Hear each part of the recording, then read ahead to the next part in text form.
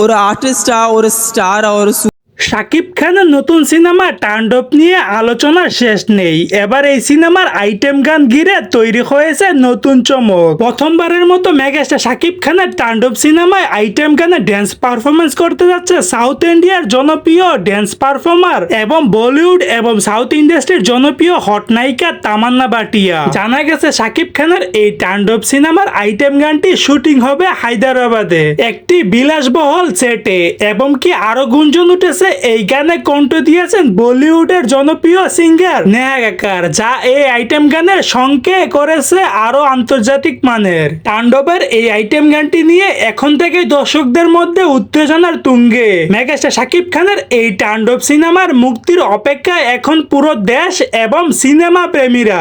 So দর্শক, আজকের এই ভিডিওটি এই পর্যন্ত। যদি ভিডিওটি ভালো লেগে থাকে তাহলে ভিডিওতে একটা লাইক, একটা কমেন্ট আর অবশ্যই চ্যানেলটি সাবস্ক্রাইব করে রাখবেন পরবর্তী ভিডিওর জন্য।